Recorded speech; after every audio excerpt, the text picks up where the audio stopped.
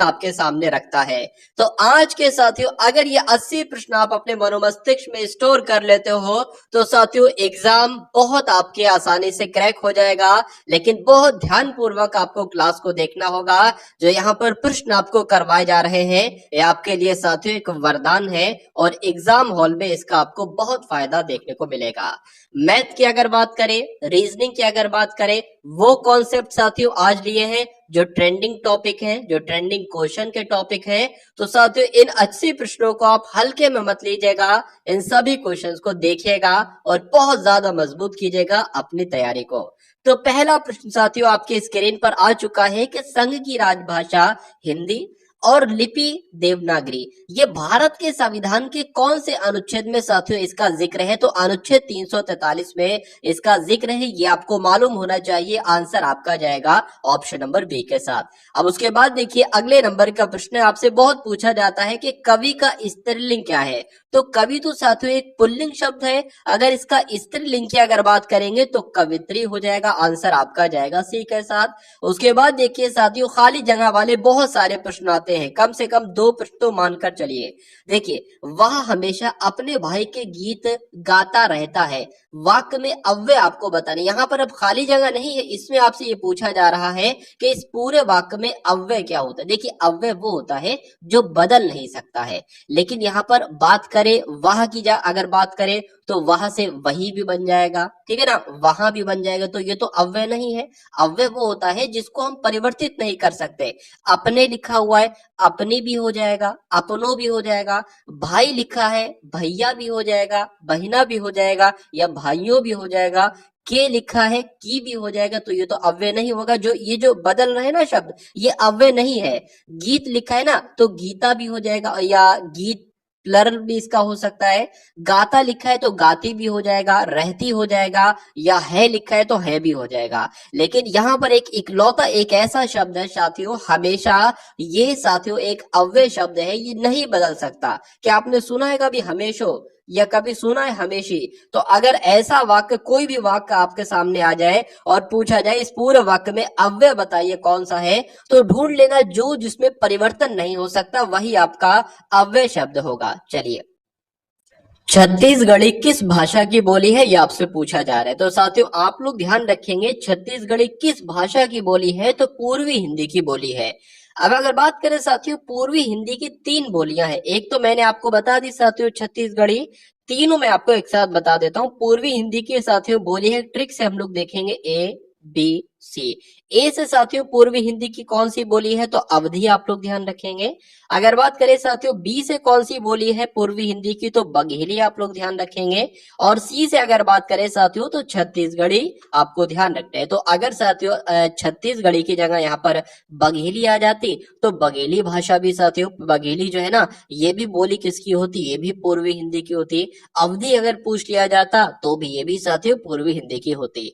और उसके बाद देखिए प्रकंपित इसमें से ध्वनि आपको कौन सी नजर आ रही है बताइए? तो र की अगर बात करते हैं, ठीक है, तो ये क्या हो जाएगी साथियों? रा। ये आपका एक प्रकंपित ध्वनि हो जाएगा। सही जवाब आपका जाएगा बी के साथ।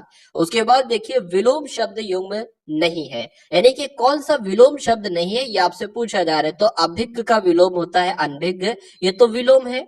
अगर बात करें आबाद का विलोम होता है साथियों बर्बाद, बिल्कुल सही है। उन्मूलन का विलोम होता है रोपण, बिल्कुल सही है। लेकिन मिश्रण का विलोम साथियों कोवल नहीं होता है, ये आपस में साथियों पर्यायवाची है, ये विलोम नहीं है।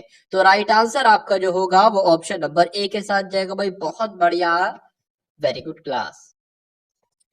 अब उसके बाद देखिए अगले नंबर का 7वां प्रश्न आपके स्क्रीन पर आ चुका है कि ने युक्त शुद्ध वाक्य बताइए। एक तो आपको बताना है कि इस पूरे वाक्य में साथियों क्या है, ने आना चाहिए और दूसरी शर्त है यहाँ पर वो वाक्य शुद्ध होना चाहिए। तो मैंने चाय खुद बनाई है, तो ये मुझे कहीं ना कहीं साथियों सही नहीं लग रहा है। मैंने चाय बनाया था, ये भी सही नहीं है साथियों। मैंने चाय बनाई है या मैंने चाय बनाई, ये भी गलत हो जाएगा। अगर बात करें ने यहाँ पर आ रहा है और शुद्ध वाक्य की अगर बात करें तो शुद्ध वाक्य भी साथियों यही है। तो इसलिए सही जवाब आपका जो जाएगा वो ऑप्शन नंबर सी के साथ जाएगा। हिंदी भक्ति साहित्य में अष्ट छाप क्या है? 8 पुस्तकें हैं, 8 कवि हैं, 8 भक्तियां हैं या 8 भजन है? तो आप लोग ध्यान रखेंगे साथियों हिंदी भक्ति साहित्य में अष्टछाप 8 कवि है। आंसर आपका बी के साथ। अपकार का उपकार से वही संबंध है जो आहान का किससे है, सम्मान से है, निर्वहन से है, या विसर्जन से है, या निर्यात से है। देखिए अपकार और उपकार एक दूसरे के विलोम है, यानी कि अपकार का विलोम उपकार होता है। तो पूछा आपसे जा रहा है कि आहान का विलोम क्या होता है, तो आहान का विलोम साथियों विसर्जन होता है। इसलिए सही जवाब आपका जाएगा ऑप्शन नंबर सी के साथ। अगले नंबर का प्रश्न देखिए और बताइए इस प्रश्न का सही उत्तर क्या है। देखिए श्रुति सम भिन्नार्थक शब्दों की जोड़ी आपको पहचानना है। श्रुति सम मतलब जो सुनने में तो समान दिखे, सुनने में तो समान लगे, लेकिन भिन्न भिन्न उनके क्या हो साथियों, भिन्न भिन्न उनके अर्थ हो, ऐसी जोड़ी आपको कौन सी नजर आ रही है। देखिए दिन की अगर बात करें, दिन की अगर बात करें तो ये साथियों पढ़ने में समान नहीं लग रहे हैं, शाम संध्या भी पढ़ने में समान नहीं लग रही है, संसार जगत भी पढ़ने में समान नहीं लग रहा है, लेकिन अपेक्षा और उपेक्षा कहीं ना कहीं पढ़ रहे हो तो कहीं ना कहीं ये दोनों साथियों समान लग रहे हैं, लेकिन इनके भिन्न भिन्न अर्थ है। अर्थ जो है ना वो भिन्न भिन्न है। जैसे कि अगर बात करें अपेक्षा का मतलब क्या होता है, तो इच्छा होता है अपेक्षा का मतलब, लेकिन उपेक्षा का मतलब क्या होता है, बेइज्जती होता है या निरादर होता है। तो कुल मिला के साथियों आंसर आपका जो जाएगा वो ऑप्शन नंबर ए के साथ जाएगा। अब उसके बाद देखिए अगले नंबर का क्वेश्चन आपके स्क्रीन पर है। जो पढ़ा ना जा सके उसके लिए एक शब्द आपसे पूछा जा रहा है। तो जो पढ़ा ना जा सके साथियों उसके लिए शब्द कौन सा होगा, अपठनीय होगा। इसका अगर बात करें, इसका वर्तनी से संबंधित प्रश्न आपसे बन सकता है कि बताइए भैया शुद्ध वाक्य, शुद्ध शब्द यहाँ पर कौन सा लिखा है, तो अपठनीय जैसे ऑप्शन नंबर बी में लिखा हुआ है ऐसे लिखा जाता है। अगला प्रश्न देखिए कि निम्नलिखित वाक्यों में से अपूर्ण भूतकाल को पहचानिए। देखिए भूतकाल आ गया तो यानी कि पास्ट, वो काम हो चुका है, गुजर चुका है। अपूर्ण यानी कि इनकम्प्लीट, एक तरीके से पूर्ण होता तो कंप्लीट होता, अपूर्ण है यानी कि इनकम्प्लीट वो काम होना चाहिए, या पूरी तरीके से हुआ ना होना चाहिए, और वो भूतकाल में भी होना चाहिए। तो देखते साथियों रामू खाना खा रहा था, माँ खाना बना चुकी है, मुझे बाहर जाना है, हम घूमने जाएंगे, तो ये तो भविष्य काल का हो जाएगा। मुझे बाहर जाना है, अभी गया नहीं है साथियों, ये भी अपूर्ण भूतकाल नहीं होगा। माँ खाना बना चुकी, यहाँ पर काम पूरी तरीके से हो चुका है। रामू खाना खा रहा है, इसमें था आ गया तो ये साथियों भूतकाल हो जाएगा, और रामू खा रहा है अभी खाना, तो अभी भी साथियों उसका जारी है, यानी कि उसका काम अभी अपूर्ण है, पूर्ण नहीं हुआ है। तो राइट आंसर आपका जो होगा वो ऑप्शन नंबर ए के साथ जाएगा, यानी कि ए वाला विकल्प ही अपूर्ण भूतकाल का उदाहरण है। अगले नंबर का प्रश्न देखिए साथियों, हथेली पर सरसों जमाना ये एक मुहावरा है, और इसका मतलब आपसे पूछा जा रहा है कि असंभव काम ना करके दिखाना, असंभव काम करके दिखाना। बिल्कुल साथियों हथेली पर सरसों जमाना मतलब असंभव काम करके दिखाना। तो राइट आंसर की अगर बात करें, आंसर आपका जाएगा ऑप्शन नंबर बी के साथ। चलिए अब उसके बाद देखिए कि इनमें से किस लोकोक्ति का भाव अर्थ सुसंगत नहीं है, ये आपसे पूछा जा रहा है, बताइए। देखिए यहां पर अगर बात करें मन चंगा तो कटौती में गंगा, इस लोकोक्ति का मतलब क्या होता है, एग्जाम में आपसे पूछा जा सकता है। क्या इस लोकोक्ति का मतलब ये होता है कि यदि मन शुद्ध है तो घर में ही तीर्थाटन का फल मिल सकता है? बिल्कुल सही साथियों, मन चंगा तो कटौती में गंगा, बिल्कुल सही अर्थ है। आ बैल मुझे मार, इसका मतलब क्या ये होता है जानबूझकर विपत्ति में पड़ना, बिल्कुल साथियों ये भी बिल्कुल सही है। उसके बाद नीचे वाले दो देख लेते हैं साथियों, काला अक्षर भैंस बराबर का मतलब होता है बिल्कुल अनपढ़ होना, तो ये भी बिल्कुल सही है। आंख के अंधे नाम नैनु का मतलब क्या ये होता है कि दृष्टि बाधित को अपना नाम सोच विचार कर ही रखना चाहिए, तो ये साथियों नहीं होता है। आंख के अंधे नाम नयनमुख यानी कि गुणों के विरुद्ध नाम होना, इसका ये मतलब हुआ, इसका साथियों ये मतलब नहीं हुआ। तो आपसे पूछा क्या जा रहा था कि कौन सी लोकोक्ति का सुसंगत भाव अर्थ नहीं है, तो ऑप्शन नंबर डी वाले का नहीं है। अब नहीं है तो यही आपके प्रश्न का बिल्कुल सही जवाब हो जाता। भाई बहुत बढ़िया, वेरी गुड क्लास। अब उसके बाद देखिए इसमें से एक ऐसा वाक्य आपको बताना है जो संयुक्त वाक्य है। देखिए मैं आपको कुछ तरीके बता देता हूं। अगर किसी भी वाक्य में बीच में आपको साथियों तथा नजर आए तो वो संयुक्त वाक्य होगा। किसी भी साथियों वाक्य में आपको और नजर आए तो वो क्या होगा साथियों, संयुक्त वाक्य होगा। किसी भी वाक्य में आपको तथा नजर आए और नजर आए साथियों तो वो संयुक्त वाक्य होगा। लेकिन अगर किसी वाक्य में आपको के नजर आ रहा है या क्योंकि नजर आ रहा है तो वो साथियों संयुक्त वाक्य नहीं होगा, तो वो मिश्रित वाक्य होगा। अब अगर बात करते हैं संयुक्त वाक्य का चयन करना है, तो स्वामी जी ने अपने उद्बोधन में कहा कि शाकाहारी बनो। अब यहाँ पर के आ गया तो ये संयुक्त वाक्य नहीं है, ये मिश्रित वाक्य है। दरवाजा खुला रह गया, अतः चोर घर में घुस गए। मैंने आपको बताया था तथा और अगर अतः आ जाए ना, अतः, तो वो भी साथियों संयुक्त वाक्य ही होता है। चलिए, अब तो यहाँ पर राइट आंसर तो आपका क्या हो जाएगा, ऑप्शन नंबर बी हो जाएगा। इसको भी पढ़ लेते हैं साथियों। छात्राओं ने अत्यंत सुंदर भरतनाट्यम प्रस्तुत किया, ये भी नहीं है साथियों। और ये वही स्थली है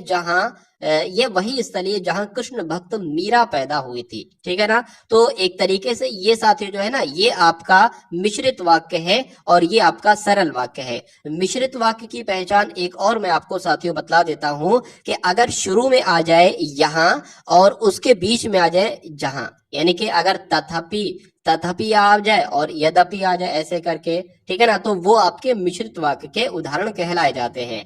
अगले नंबर का प्रश्न देखिए, जिसे करना बहुत कठिन हो उसके लिए एक शब्द की अगर चयन की अगर बात करें तो क्या करेंगे, दुष्कर, पुष्कर, दुर्जय या दुराग्रह। तो आप लोग ध्यान रखेंगे साथियों, जिसे करना बहुत कठिन होता है उसको दुष्कर कहा जाता है। राइट आंसर आपका जाएगा ऑप्शन नंबर ए के साथ। भाई बहुत बढ़िया, वेरी गुड क्लास। तो ये साथियों हिंदी के वो क्वेश्चंस मैं आपको करा रहा हूं जो इस बार आपको एग्जाम में आपके देखने को मिलेंगे। तो यहां तक का अगर आपने सफर तय कर लिया है तो क्या आप नहीं चाहते कि साथियों जीके और जीएस में भी साथियों आपका बेस्ट स्कोर आए।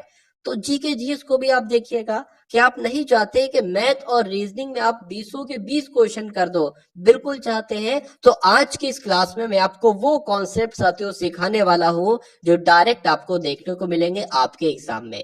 चलिए, तो 17वां नंबर का साथियों प्रश्न आपके स्क्रीन पर है कि भाषाई आधार पर सबसे पहले किस राज्य का गठन किया गया था। तो आंध्र प्रदेश का गठन किया गया था। राइट आंसर आपका जाएगा ऑप्शन नंबर डी के साथ। अगले नंबर का प्रश्न आपकी स्क्रीन पर है कि दुबला शब्द में जो दू आया है ना, ये क्या है। देखिए, दुबला शब्द में जो दू आया है वो साथियों क्या है, वो एक उपसर्ग है। आंसर आपका जाएगा ऑप्शन नंबर बी के साथ। बहुत बढ़िया, वेरी गुड क्लास। अब उसके बाद देखिए, खाली जगह का साथियों एक प्रश्न आपके स्क्रीन पर है कि उस योजना का स्वरूप तैयार किया जा रहा है या उस योजना का प्रारूप तैयार किया जा रहा है या रूपरेखा तैयार की जा रही है या कार्यक्रम तैयार किया जा रहा है।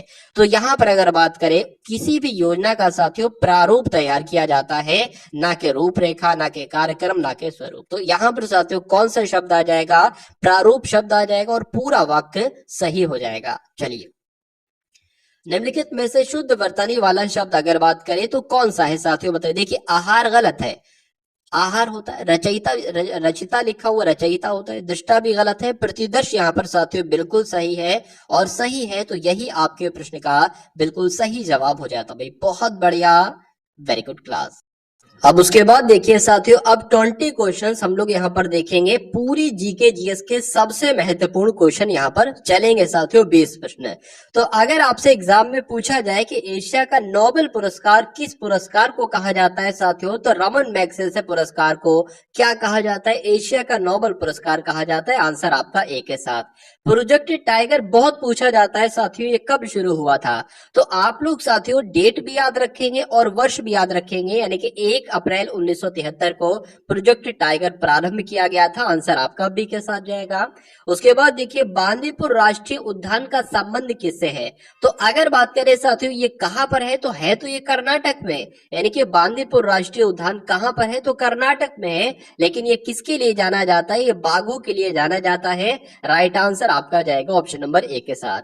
अब उसके बाद देखिए, भाभा परमाणु अनुसंधान केंद्र साथियों ये कहां पर है, नई दिल्ली में, उत्तर प्रदेश में, बंगलुरु में या साथियों ट्रॉम्बे में। कहां पर स्थित है, ट्रॉम्बे में स्थित है। आप लोग ध्यान रखेंगे। राइट आंसर आपका डी के साथ।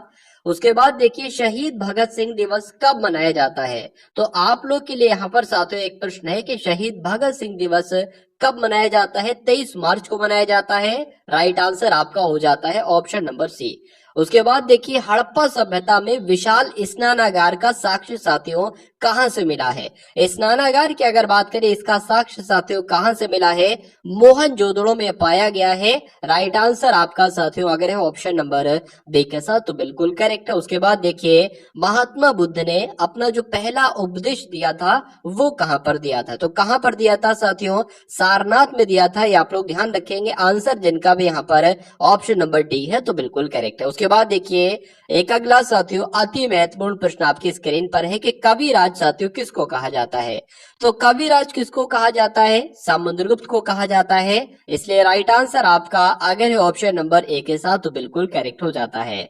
साइमन कमीशन के बहिष्कार के दौरान हुआ लाठीचार्ज, जो साइमन कमीशन का बहिष्कार हो रहा था उस दौरान साथियों लाठीचार्ज हुआ था, तो उस लाठीचार्ज की वजह से साथियों एक नेता की मृत्यु हो गई थी। उस नेता का नाम आपसे पूछा जा रहा है, तो उनका नाम साथियों क्या था, लाला लाजपत राय उनका नाम था। इसलिए सही जवाब आपका जो जाएगा वो ऑप्शन नंबर सी के साथ जाएगा। चलिए उसके बाद देखिए गोलमेज सम्मेलन क्यों आयोजित किए जाते हैं, ये आपसे पूछा जा रहा है। इसमें से कौन सा विकल्प साथियों सही होगा, क्या गांधी जी का विरोध करने के लिए गोलमेज सम्मेलन शुरू किए गए थे, तो मैं कहूंगा नहीं।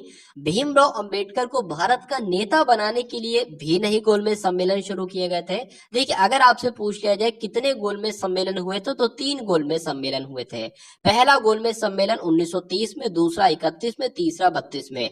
पूछा जाए कहां पर हुए थे, तो ये तीनों गोलमेज सम्मेलन साथियों लंदन में हुए थे। चलिए ऊपर वाले 2 तो कट हो जाते हैं। साइमन कमीशन की संस्तुतियों पर विचार के लिए भी साथियों नहीं, एक तरीके से अगर बात करें भारत को स्वतंत्रता प्रदान करने के लिए कहीं ना कहीं साथियों इसकी शुरुआत की गई थी। इसलिए सही जवाब आपका जो जाएगा वो ऑप्शन नंबर किसके साथ जाएगा साथियों, डी के साथ जाएगा। क्यों, क्योंकि साथियों ऊपर वाले तीनों तो किसी भी हालत में इसका राइट आंसर नहीं हो सकता, तो आंसर आपका बचता है ऑप्शन नंबर डी। तो इसलिए आपका कहीं ना कहीं उत्तर जो जाएगा साथियों वो डी के साथ ही जाएगा।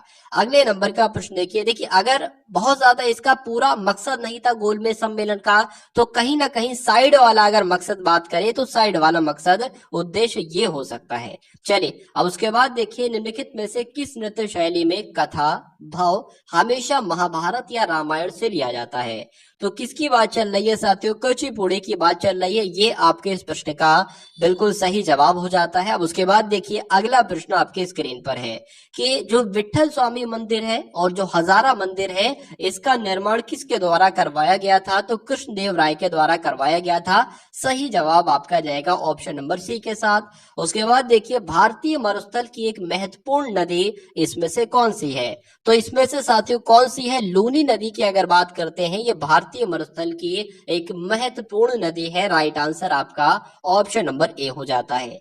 अब उसके बाद देखिए साथियों कई बार ये मुझे प्रश्न दिख चुका है बहुत सारे एग्जाम में, तो नागार्जुन सागर बांध का निर्माण कौन सी नदी पर हुआ है, तो कौन सी नदी पर हुआ है साथियों, कृष्णा नदी पर हुआ है। सही जवाब आपका जाएगा ऑप्शन नंबर ए के साथ। चलिए उसके बाद देखिए समुद्र तल से ऊपर विश्व की सबसे बड़ी पर्वत श्रृंखला इसमें से कौन सी है, तो कौन सी है साथियों, हिमालय है। सही जवाब आपका हो जाता है ऑप्शन नंबर बी के साथ। अगले नंबर का प्रश्न आपकी स्क्रीन पर है कि पूर्ण लागत कीमत निर्धारण के अधीन निम्नलिखित में से किसके द्वारा कीमत निर्धारित की जाती है, तो किसके द्वारा साथियों कीमत निर्धारित की जाती है, सीमांत लागत में सामान्य लाभ जोड़कर कीमत निर्धारित की जाती है। सही जवाब आपका जाएगा ऑप्शन नंबर सी के साथ। अब उसके बाद देखिए आर्थिक समृद्धि निर्भर करती है, किस पर निर्भर करती है, तो अगर ये प्रश्न आपकी परीक्षा में आ जाए तो आप लोग ध्यान रखेंगे आर्थिक समृद्धि साथियों निवेश के स्तर पर निर्भर होती है। सही जवाब आपका ऑप्शन नंबर सी के साथ। भारतीय रिजर्व बैंक किस प्रणाली के अनुसार नोट जारी करता है, तो किस प्रणाली के तहत साथियों नोट जारी करता है, नियत प्रत्यय प्रणाली नहीं, अधिकतम प्रत्यय प्रणाली नहीं, न्यूनतम आरक्षण प्रणाली, ये साथियों बिल्कुल सही जवाब आपका हो जाएगा। यानी कि अगर बात करें साथियों भारतीय रिजर्व बैंक न्यूनतम आरक्षण प्रणाली के अनुसार ही नोट जारी करता है। सही जवाब आपका सी के साथ।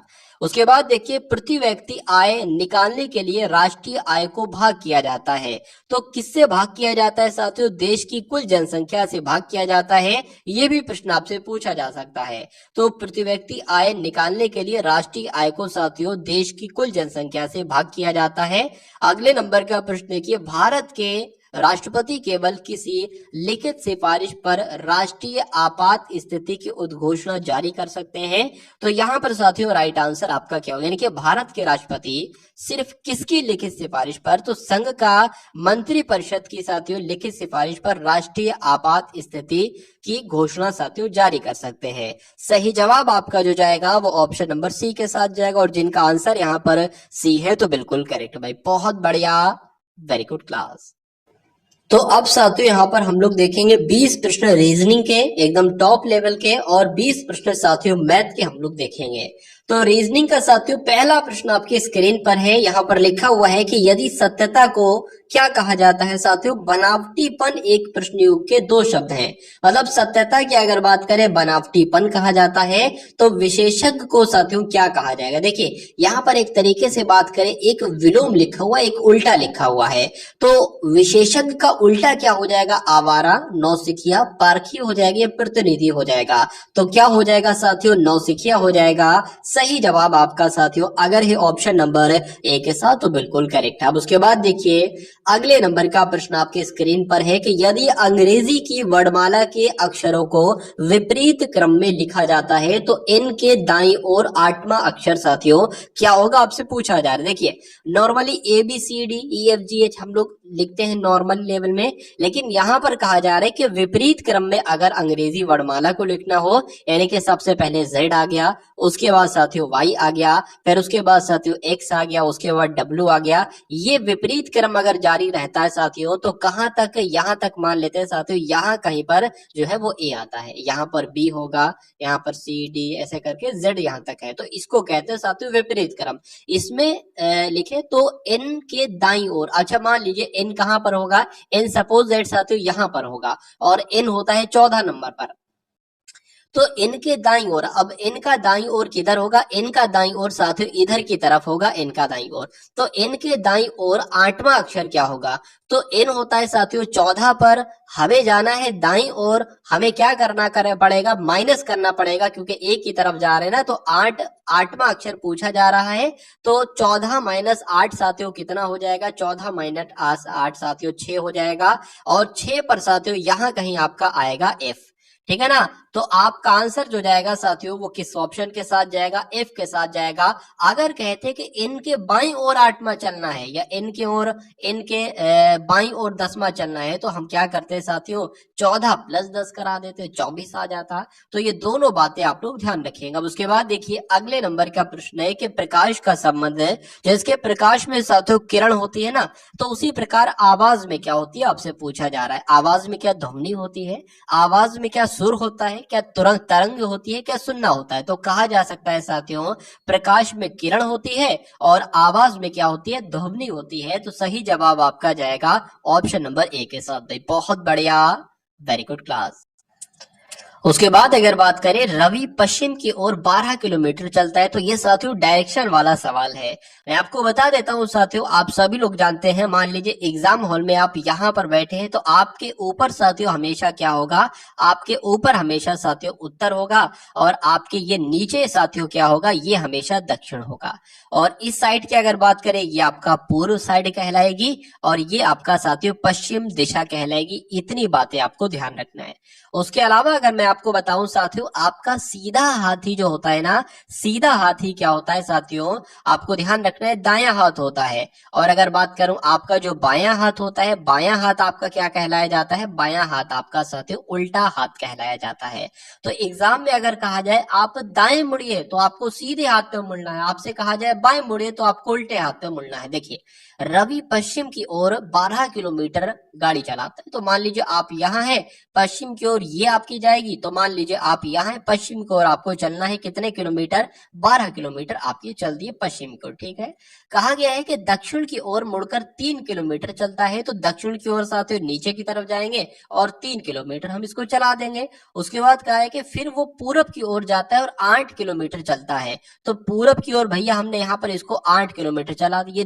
ये पूरा साथियों 12 था, तो 8 लगभग मुझे ऐसा लगता है कि यहीं कहीं तक आएगा, ठीक है। उसके बाद कहा गया है कि फिर फिर पूर्व की ओर मुड़ता है और 8 किलोमीटर सफर तय करता है। चला दिया गया वह अपने आरंभिक स्थल से कितनी दूर है।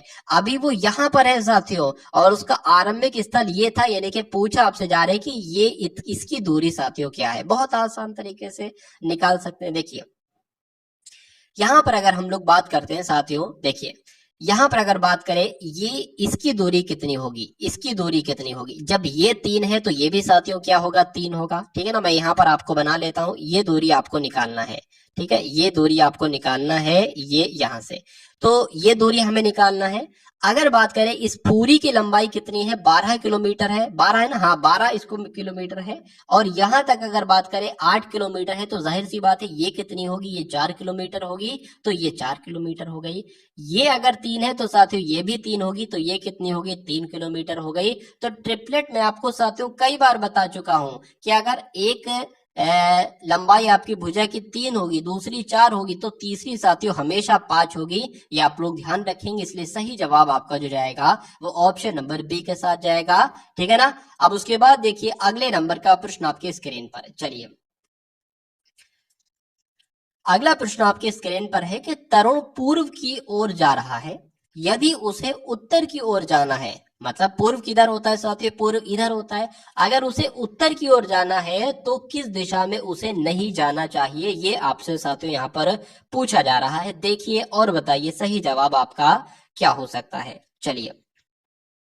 चलिए तो देख लेते हैं हम लोग एक बार। मान लीजिए तरुण है, तरुण आपका किधर जा रहा है, तरुण पूर्व की ओर जा रहा है, पूर्व की ओर जा रहा है। ठीक है भैया, पूर्व की ओर जा रहा है, यदि उसे उत्तर की ओर जाना है तो वो किस दिशा की ओर नहीं जा सकता, इसको हम मानते हैं। सबसे पहले देखिए पूर्व की ओर जा रहा है, उसको सबसे पहले दाएं मोड़ा गया, फिर दाएं मोड़ा गया, तो हमने इसको दाएं मोड़ा और चलाया, फिर हमने इसको दाएं मोड़ा चलाया, फिर हमने इसको क्या मोड़ा साथियों, फिर हमने इसको बाएं मोड़ा, तो हमने इसको फिर बाएं मोड़ा, फिर कहा जा रहा है दाएं मोड़ा, तो फिर से हमने इसको दाएं मोड़ दिया, फिर से कहा जा रहा है दाएं मोड़ा, तो फिर से दाएं मोड़ा। तो अब वो किस दिशा की तरफ जा रहा है साथियों, अब तो दक्षिण दिशा की तरफ जा रहा है।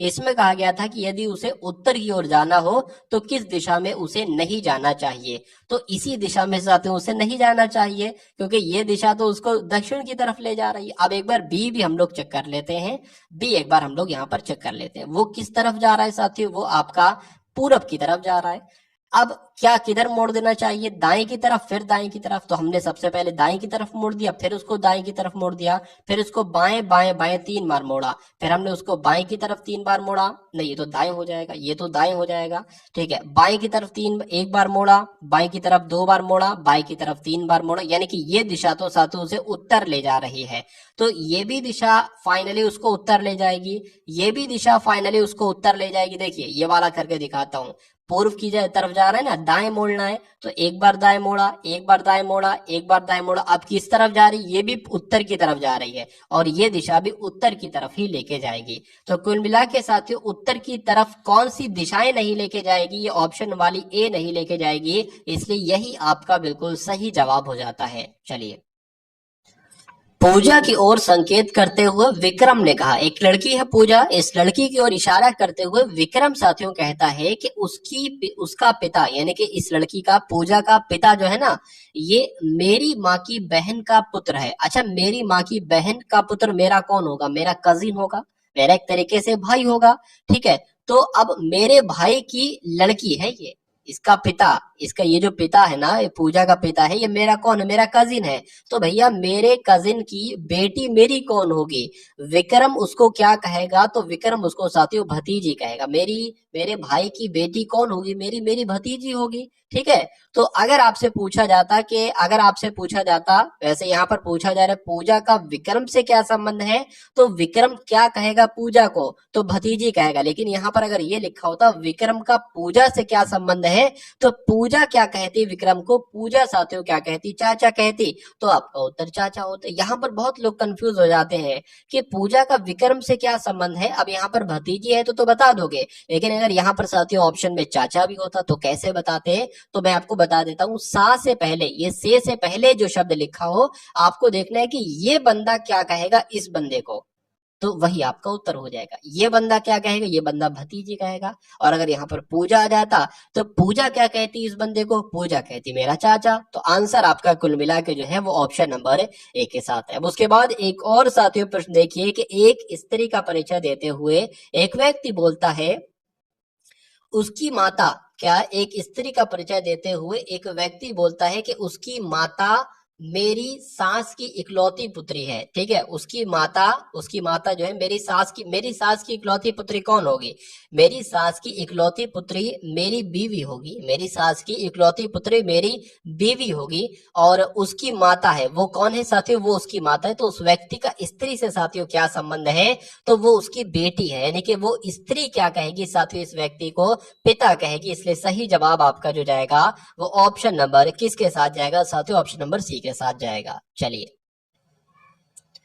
अब उसके बाद देखिए अगले नंबर का साथियों प्रश्न आपके स्क्रीन पर है। यहाँ पर अगर बात करें नीचे दी गई श्रेणी में सिर्फ उन वाई को आपको गिनना है। क्या कहा जा रहा है साथियों, उन वाइयों को आपको गिनना है, उन वाई को आपको गिनो जिनके बाद आई आता है। क्या आता है, आई आता है, लेकिन आई के बाद एक्स साथियों नहीं आता है। यानी कि आपसे ये पूछा जा रहा है कि इस पूरी पंक्ति में वाई आए और उस वाई के बाद साथियों ये आपका आई है, लेकिन आई के बाद साथियों एक्स आपका नहीं आना चाहिए, यानी कि सिर्फ y और i आना चाहिए। ये आपसे यहाँ पर एक तरीके से कहा जा रहा है। तो देख लेते हैं साथियों, तब बताओ ऐसे कितने y हैं। देखिए एक की अगर बात करते साथियों, फिर से एक बार पढ़ लेते हैं। नीचे दी गई y को गिनो जिनके बाद i आता हो, लेकिन i के बाद x नहीं आता हो। तो अब ऐसे कितने y होंगे, तो एक तो साथियों आपका y और i ये हो जाएगा, जिसके बाद में x नहीं आया है तो ये एक हो जाएगा। उसके बाद अगर साथियों बात करते हैं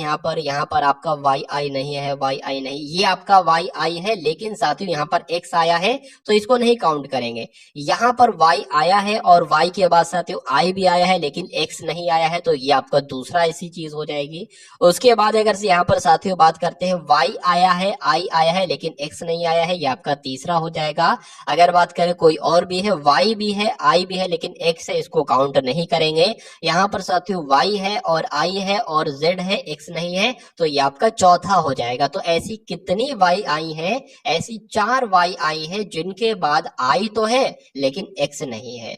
तो सही जवाब आपका जो जाएगा वो ऑप्शन नंबर बी के साथ जाएगा। भाई बहुत बढ़िया, वेरी गुड क्लास। अब उसके बाद देखिए नीचे दिए गए शब्दों में से शब्दकोश में आखिरी शब्द साथियों कौन सा होगा। देखिए OPI इसमें भी है, OPI इसमें भी है, OOD इसमें भी है, तो शुरू में आ जाएगा, ये तो हो ही नहीं सकता उत्तर। अंत वाला शब्द आपको बताना है, ठीक है। अब P के बाद आता है U, तो ये दोनों पहले आएंगे इस ऑप्शन से, तो सबसे अंत में कौन सा आएगा, सबसे अंत में साथियों ऑप्शन नंबर सी वाला आएगा, और यही आपका बिल्कुल सही जवाब हो जाता है। अब उसके बाद देखिए अगले नंबर का साथियों प्रश्न आपके स्क्रीन पर है। शब्दों का सही प्रकृति क्रम आपको बताना, बहुत इंपॉर्टेंट क्वेश्चन है।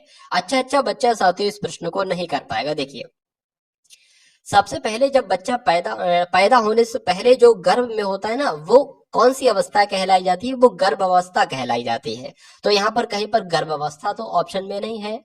जब बच्चा पैदा हो जाता है वो उसकी शैशवावस्था कहलाई जाती है, यानी कि पैदा होने के बाद जो सबसे पहली अवस्था होती है वो साथियों शैशवावस्था होती है। लेकिन यहाँ पर तो बचपन लिखा हुआ पहली अवस्था, तो ये गलत हो जाएगा। यहाँ पर भी बचपन लिखा हुआ है, यहाँ पर साथियों किशोर अवस्था तो साथियों 11-12 साल की उम्र की अवस्था होती है, 18-19 साल तक चलती है किशोर अवस्था, तो ये भी गलत हो जाएगा, ठीक है ना। यहाँ पर साथियों शैशवावस्था लिखा हुआ है, तो ये आपका सही जवाब है क्या।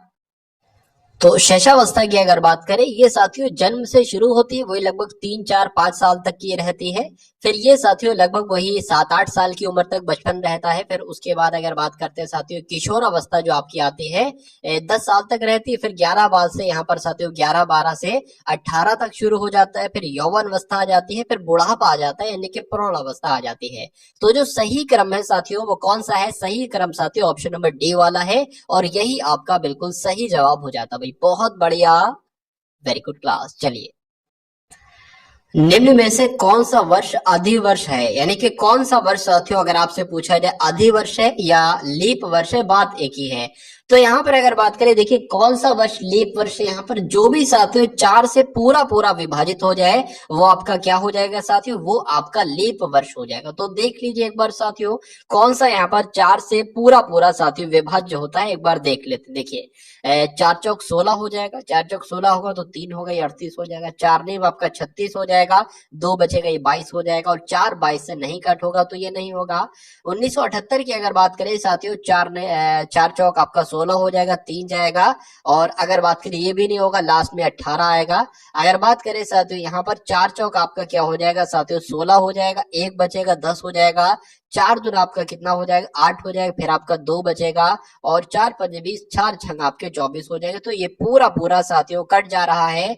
तो इसमें से कौन सा लीप वर्ष है साथियों, ऑप्शन नंबर सी वाला ही आपका लीप वर्ष हो जाएगा। चलिए अब उसके बाद देखिए अगले नंबर का साथियों क्वेश्चन आपके स्क्रीन पर है। कल से पहले का दिन शुक्रवार था, तो कल के बाद का दिन क्या होगा। मान लेते हैं साथियों ये क्या है, ये आज का दिन है, ये साथियों आज है, और ये क्या हो जाएगा, तो आज से पहले साथियों क्या हो जाएगा, कल हो जाएगा गुजरा हुआ। ये क्या हो जाएगा साथियों, ये आपका परसों हो जाएगा। ठीक है ना। तो यहाँ पर क्या कहा जा रहा है कि कल से पहले का दिन, अरे भाई कल ये है और कल से पहले का दिन ये है, तो कल से पहले का दिन बताया जा रहा है शुक्रवार है, तो ये आपका साथियों यानी कि परसों कौन सा दिन था, परसों शुक्रवार था। कहा जाए देखिए जब परसों शुक्रवार होगा तो कल को कौन सा दिन होगा, ठीक है, कल आपका शुक्र के बाद साथियों शनिवार आ जाता है, तो शनिवार होगा। शनिवार के से पहले अगर बात करें, मतलब बात करें, तो यहाँ पर साथियों रविवार आ जाएगा, यानी कि कुल मिला के आज रविवार है और कल शनिवार था और परसों शुक्रवार था।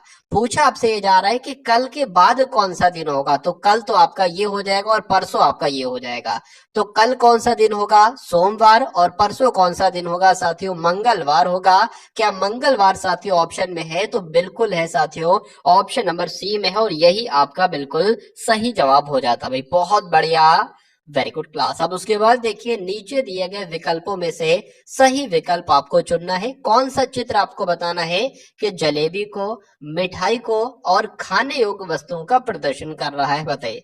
देखिए अगर बात करें ये आपका खाने योग्य पदार्थ हो जाएंगे, खाने योग्य वस्तु हो जाएंगे। अब खाने योग्य वस्तुओं में ही तो होता है साथ, उसके अंतर्गत ये आपकी मिठाई हो जाएगी, और मिठाई के अंदर आपकी साथियों ये जलेबी आ जाएगी। तो ऐसा विकल्प आपको कहां पर नजर आ रहा है, ऐसा विकल्प आपको ऑप्शन नंबर सी में नजर आ रहा है, तो यही आपका बिल्कुल सही जवाब हो जाता भाई। बहुत बढ़िया, वेरी गुड क्लास। चलिए साथियों उसके बाद देखिए इस श्रृंखला के 9 के कितने अंक हैं, 9 के कितने, मतलब इसमें यहाँ पर आप लोग जो श्रृंखला देख रहे हैं इसमें कितनी बार 9 आया है, लेकिन 9 से पहले साथियों यहाँ पर बताया गया है, एक कंडीशन दी गई यहाँ पर कि कितने ऐसे 9 अंक हैं जिनके ठीक पहले 6 होना चाहिए। क्या पहले तो 9 के 6 होना चाहिए, लेकिन बाद में साथियों 3 नहीं होना चाहिए, यानी कि बाद में साथियों 3 नहीं होना चाहिए। तो देख लेते हैं हम लोग कितनी बार ऐसा आया है। तो 6 9 तो लिखा हुआ है, लेकिन यहाँ पर 3 है तो काउंट नहीं करेंगे। उसके बाद 6 9 लिखा है और 3 नहीं है, तो ये साथियों 1 काउंट हो जाएगा। उसके बाद अगर साथियों यहाँ पर हम लोग बात करते हैं, देखिए 6 9 है और 3 नहीं है, तो ये 2 हो जाएगा, और 6 9 है और 3 नहीं है, तो साथियों ये 3 हो जाएगा। यानी कि 3 बार ऐसे 9 अभी तक आए हैं जिनके पहले तो साथियों 6 है लेकिन बाद में 3 नहीं है। उसके बाद और साथियों हम लोग अगर बात करें तो 6 9 यहाँ पर लिखा है लेकिन 3 है, तो ये काउंट नहीं करेंगे। 6 और 9 साथियों ये आपका ये है, और यहाँ पर भी साथियों आपका 3 नहीं है, तो आपका ये 4, यानी कि कुल मिला के साथियों ये 9 जो है ना इस श्रृंखला में 4 बार आया है, जिसके पहले 6 है लेकिन बाद में 3 नहीं है। तो आंसर आपका किस ऑप्शन के साथ जाएगा, ऑप्शन नंबर सी के साथ जाएगा भाई। बहुत बढ़िया, वेरी गुड क्लास। अब उसके बाद देखिए अगले नंबर का साथियों क्वेश्चन आपके स्क्रीन पर है, देखिए और बताइए कि सही जवाब यहाँ पर साथियों आपका क्या हो सकता है। दिए गए चित्र में त्रिभुजों की संख्या साथियों आपसे यहाँ पर पूछी जा रही, तो इसमें कितने त्रिभुज बनेंगे, 15 16 8 या 12 बनेंगे। तो देख लेते हैं साथियों। देखिए यहाँ पर अगर बात करें यहाँ से ये और ये साथियों ये कितना त्रिभुज हो गया, ये एक त्रिभुज हो गया। दूसरे त्रिभुज की अगर बात करें, दूसरा त्रिभुज यहाँ से साथियों बन जाएगा, ये आपका दूसरा त्रिभुज हो गया, ये 2 हो गए ना। अब अगर इसी बड़े वाले त्रिभुज की बात करें तो ये आपका साथियों 3 त्रिभुज यहाँ पर हो जाएंगे। अब इसको देख लीजिए, ये आपका चौथा त्रिभुज हो गया, गया, ठीक है, चौथा त्रिभुज हो गया, और ये आपका साथियों पांचवा त्रिभुज हो गया, ये 5 हो गया, और इस बड़े वाले को साथियों काउंट करें तो ये आपका कितना हो जाएगा, ये आपका 6 हो जाएगा। अरे भाई 1 2 3 4 5 6, 6 हो गया ना। 6 की अगर बात करें, 6 के बाद ये अब बड़ा वाला बनेगा 6, और ये साथियों एक हो जाएगा आपका सातवां त्रिभुज हो गया। 7 और ये आपका साथियों 8 त्रिभुज हो गए, 8वां त्रिभुज हो गया ना। अब 8 ये हो गया, और ये बड़ा वाला साथियों भी तो बनेगा, ये आपका कौन सा हो जाएगा, ये 9 हो जाएगा, यहाँ से यहाँ तक 9 त्रिभुज हो गए। बात करें साथियों, ये आपका कौन सा हो जाएगा, ये 10वां हो गया, ठीक है, ये आपका 10वां हो गया। और इस पूरे को अगर काउंट करें साथियों तो ये आपका 11वां हो जाएगा। और इसकी अगर बात करें साथियों, ऐसे करके ये आपका कुल मिला के 12वां हो गया। इसके बाद साथियों 12 त्रिभुज हो गया, और इसके अलावा मुझे तो और कोई त्रिभुज नजर नहीं आ रहा है। तो साथियों कौन सा ऑप्शन बिल्कुल करेक्ट होगा, 12 त्रिभुज साथियों कौन से ऑप्शन में है, तो ऑप्शन नंबर डी वाले में, और यही आपका बिल्कुल सही जवाब हो जाता है। चलिए अब उसके बाद देखिए साथियों, नेक्स्ट नंबर का क्वेश्चन आपकी स्क्रीन पर है। आपसे पूछा जा रहा है कि निम्न संख्याओं का अध्ययन कीजिए और उचित विकल्प ढूंढकर श्रृंखला को पूरा कीजिए। यानी कि जो डॉट डॉट डॉट है वहां पर साथियों कौन सा नंबर आ सकता है, ये आपसे पूछा जा रहा है। देखिए ये एक ही संख्या है, एक तरीके से बात करें ना, ये साथियों एक ही संख्या है। देखिए यहाँ पर साथियों जब हम बात करते हैं कि ये कैसे साथियों हुआ है, देखिए यहाँ पर अगर हम लोग बात करें साथियों, ये आपका 3 से देखिए 6 हो रहा है, ठीक है, और 6 से आपका कितना हो रहा है साथियों, इतना हो रहा है। तो कैसे क्या होगा साथियों, ये यहाँ पर अगर बात करें, देखिए मैं आपको समझा देता हूँ सही तरीके से। देखिए भाई ये कॉमन है, ये बस कुल मिला के आपको ये 12 है साथियों, क्या है ये 12, इतना आपको ध्यान रखना है। देखिए जब 6 का आधा करेंगे तो 3 बन जाएगा, 6 का आधा करने पर क्या बन जाएगा, 3 बन जाएगा, और 12 का आधा करने पर यहाँ पर 6 बन रहा है, तो 24 का आधा करेंगे साथियों तो 12 बनेगा। इसलिए सही जवाब आपका जाएगा ऑप्शन नंबर डी के साथ, ठीक है ना। इसलिए आंसर आपका अगर है ऑप्शन नंबर बी के साथ तो बिल्कुल करेक्ट हो जाता। अब उसके बाद देखिए कि बेमेल को इसमें से आपको चुनना है, जैसे कि चाचा भतीजा, पिता पुत्र, भाई और बहन, ससुर और दामाद। तो इसमें से सबसे अलग कौन सा होगा बताने की कोशिश कीजिए। देखिए चाचा भतीजे का एक ही खून होता है, क्यों, क्योंकि चाचा के मतलब इनकी भाई की तो औलाद होगी भतीजा, तो एक ही खून हुआ। पिता और पुत्री का एक ही खून होता है, एक तरीके से बात करें, भाई और बहन का एक ही खून होता है, लेकिन ससुर और दामाद का एक अलग अलग खून होता है। ससुर बिल्कुल अलग और दामाद बिल्कुल अलग। तो कौन सा साथियों ऑप्शन बिल्कुल बेमेल होगा, सबसे विषम होगा, ससुर और दामाद कौन से ऑप्शन में लिखा है, तो ऑप्शन नंबर डी में लिखा हुआ है। तो यही आपका बिल्कुल सही जवाब हो जाता है। अब उसके बाद देखिए साथियों, यदि डॉक्टर बुखार दवाई एवं स्वास्थ्य को क्रम में लिखना चाहे तो कैसे लिखेंगे साथियों। सबसे पहले क्या एकदम से डॉक्टर आ जाते हैं, पहले तो साथियों अगर बात करें तबीयत खराब होती है, तो ऐसा कहां पर लिखा हुआ है, पहले सबसे तो बुखार आएगा, उसके बाद साथियों डॉक्टर को बुलाया जाएगा, उसके बाद वो दवाई देंगे, और फिर उसके बाद इंसान स्वस्थ हो जाएगा। तो क्रम कौन सा आपको सही लग रहा है साथियों, ऑप्शन नंबर डी वाला क्रम सही लग रहा है, सही है, तो यही आपका बिल्कुल सही जवाब हो जाता है। चलिए उसके बाद देखिए शब्द तथा वाक्य में जो संबंध है ना, शब्द और साथियों वाक्य में जो संबंध है, वो संबंध वही संबंध आपको बताना है किस जोड़े में, अक्षर और शब्द व्यंजन में, स्वर और यहाँ पर साथियों व्यंजन होना चाहिए, स्वर और व्यंजन में, तो स्वर और व्यंजन यहाँ मैंने लिख दिया, मक्खी या छत्ते में, या गद्य और वाक्य में आपसे पूछा जा रहा है, बताने की कोशिश करेंगे, बताइए। चलिए तो यहाँ पर साथियों क्या आपका जवाब हो सकता है, बताने की कोशिश कीजिए, आप सभी लोग बताइए। देखिए यहाँ पर अगर बात करें, जैसे कि शब्दों को जोड़कर, शब्द क्या होता है, जैसे कि एक ये शब्द हो गया, एक ये शब्द हो गया, एक ये शब्द हो गया, मतलब शब्दों को जोड़कर ही वाक्य बनाया जाता है। मैं काम से जा रहा हूं तो मैं अलग शब्द, काम से अलग शब्द, जा अलग शब्द, रहा अलग शब्द। तो शब्दों को जोड़कर जैसे कि वाक्य बनाया जाता है, उसी प्रकार साथियों अक्षरों को जोड़कर क्या बनाया जाता है, शब्द बनाया जाता है। इसलिए सही जवाब आपका जो जाएगा वो ऑप्शन नंबर ए के साथ जाएगा, और जिनका आंसर यहाँ पर ए है तो बिल्कुल करेक्ट। ये व्यंजन यहाँ पर नहीं लिखा होना चाहिए, व्यंजन अच्छा ये यहाँ पर आ जाएगा। चलिए तो अक्षर को जोड़कर साथियों शब्द बनाए जाते हैं। उसके बाद देखिए अगले नंबर का क्वेश्चन आपकी स्क्रीन पर है साथियों, देखिए और बताइए क्या इस क्वेश्चन का सही जवाब आपका हो सकता है, बताइए भाई। चलिए यहाँ पर अगर बात करें 16 है, 17 है, 21 है, 30 है, 45 है, 71 है, 107 है। तो अच्छा, बेमेल संख्या आपको चुनना है, इसमें से कोई संख्या गलत है जो क्रम से नहीं आ रहे उसका आपको चयन करना है।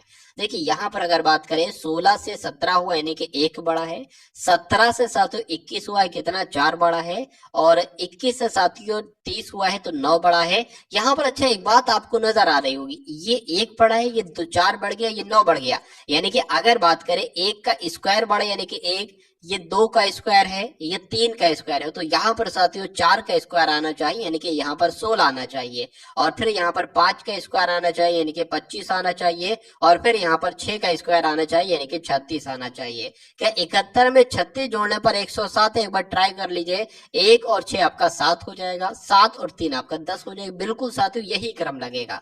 तो कुल मिला के साथियों मुझे ऐसा लग रहा है कि ये वाला जो नंबर है ना ये गलत है। क्यों? क्योंकि 30 और 16 साथियों यहाँ पर 46 आना चाहिए थे, कितने 46, लेकिन आए कितने हैं? आए हैं साथियों 45। अब 46 में 25 जोड़ेंगे तो क्या 71 बनेगा? देख लेते, 6 और 5 11 हो जाएगा, 11 का 1 हो जाएगा, हासिल का 1 लग जाएगा, 3 और 7 आप 3 और 4 आपके 7 हो जाएंगे। तो कुल मिला के साथियों कौन सा गलत है? ऑप्शन नंबर डी वाला गलत है, 45, और यही आपका बिल्कुल सही जवाब हो जाता है। तो अब आप साथियों यहाँ पर देखेंगे मैथ के 20 क्वेश्चंस, ठीक है। तो अभी तक साथियों हम लोगों ने यहाँ पर देखे रीजनिंग के एकदम 20 क्वेश्चंस देखे, जो जैसे क्वेश्चन साथियों आपके एग्जाम में पूछे जाएंगे। अब हम लोग यहाँ पर देखेंगे मैथ के ऐसे साथियों 20 सवाल जो इस बार साथियों आपको आपके एग्जाम में देखने को मिलेंगे। चलिए, तो 61वां नंबर साथियों आपके स्क्रीन पर है। आपसे पूछा जा सकता है एग्जाम में कि दो धनात्मक पूर्णांकों का गुणनफल, यानी कि दो संख्याओं का गुणनफल जो है ना साथियों वो 2048 है, और उनमें से एक संख्या दूसरी संख्या से दो गुनी है। तो उनमें तो बताइए कि उनमें से छोटी संख्या क्या है? तो छोटी संख्या भी बता देंगे और बड़ी संख्या भी बता देंगे। यहाँ पर कहा गया है कि उनमें से एक संख्या दूसरी संख्या के से दो गुनी है। तो अगर एक संख्या x है साथियों तो दूसरी संख्या क्या हो जाएगी? 2x हो जाएगी। ये तो कहा एक संख्या दूसरी की दो गुनी, ऐसा कर कहा गया दूसरी संख्या से दो गुनी है। तो यहाँ पर यह भी कहा गया है कि अगर उन संख्याओं का गुणनफल करा दे, यानी कि इन संख्याओं का साथियों गुणनफल करा दे तो क्या आएगा? 2048 आएगा। तो जो प्रश्न ने कहा हमने तो सिर्फ वही कर दिया, और तो कुछ कुछ अपने पास से नहीं कहा। अब इसमें ये बताया जा रहा है कि संख्याएं बताइए, कोई दिक्कत नहीं, पहली संख्या x है और दूसरी संख्या 2x है। चलिए, अब अगर x से गुणा कराएंगे यानी कि कुल मिला के 2x की x से गुणा कराएंगे साथियों तो 2x स्क्वायर हो जाएगा। क्या लिखा हुआ है? 2048 लिखा है, 2048 लिख देंगे। x स्क्वायर बराबर साथियों क्या हो जाएगा? 2048 बटे साथियों क्या आ जाएगा? 2 आ जाएगा, क्योंकि इस 2 की भाग साथियों 2048 से हो जाएगी। उसके बाद अगर बात करें इसको कट करेंगे साथियों, 2 एकम 2 हो जाएगा, 0 लग जाएगा, 2 दूना 4, 2 चौक 8 आ जाएगा। यानी कि साथियों x स्क्वायर बराबर क्या आया है? 1024 आया है। अब कभी भी साथियों x स्क्वायर हो और उसके सामने कुछ नंबर लिखा हो तो वो साथियों किसी न किसी संख्या का स्क्वायर होगा। अब आपको पता ये लगाना है कि ये किस संख्या का स्क्वायर है साथियों, ये 32 का स्क्वायर है। तो क्या आएगा साथियों? x बराबर क्या आ जाएगा? x बराबर साथियों 32 आ जाएगा। पूछा क्या गया था? छोटी संख्या पूछी गई थी, छोटी संख्या ये है और बड़ी संख्या ये है। तो छोटी संख्या साथियों क्या निकल कर आई? x का मान 32 निकल कर आया, और साथियों बड़ी क्या संख्या निकल कर आई? 32 दूना कितने हो जाएंगे? 64 हो जाएंगे।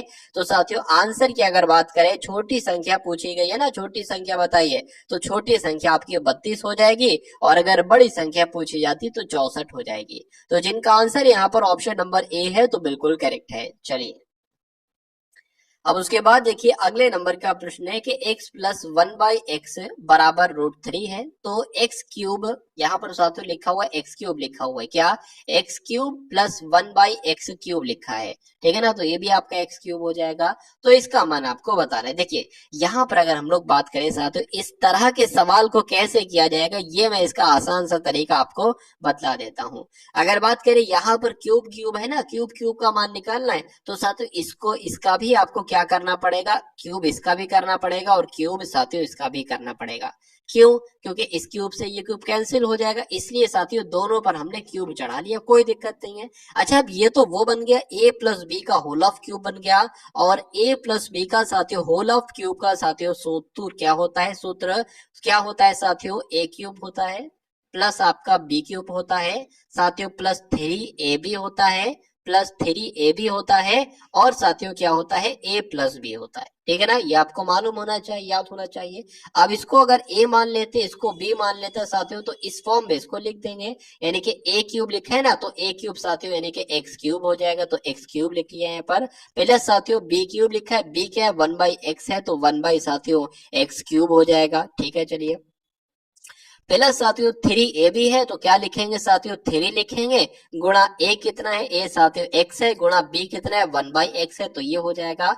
अब अगर साथियों यहाँ पर हम लोग बात करते हैं, अब अगर साथियों बात करें a प्लस बी क्या मतलब x प्लस 1/x आ जाएगा, ये यही तो है ना, यही तो होगा, बिल्कुल यही होगा। अब यहाँ पर इस x से साथियों ये x आपका कैंसिल हो जाएगा, बचेगा साथियों क्या आपके पास यहाँ पर, तो बचेगा साथियों ये आपके पास, मैं आपको यहाँ पर बतला, अच्छा यहाँ पर ये जो लिखा है ना x plus 1/x, x plus 1/x का मान भी तो यहाँ पर दे रखा है √3, तो इसकी जगह पे हम √3 रख देंगे। चलिए अभी देखिए साथियों, x cube plus 1/x cube plus साथियों क्या हो जाएगा, प्लस का अगर बात करें तो 3 हो जाएगा, और गुणा करके साथियों इसका मान क्या आएगा, √3 आएगा, तो यहाँ पर साथियों √3 आपका साथियों आ जाएगा। चलिए भाई, तो इतनी बात साथियों उम्मीद करता हूं आपकी समझ में आ गई होगी।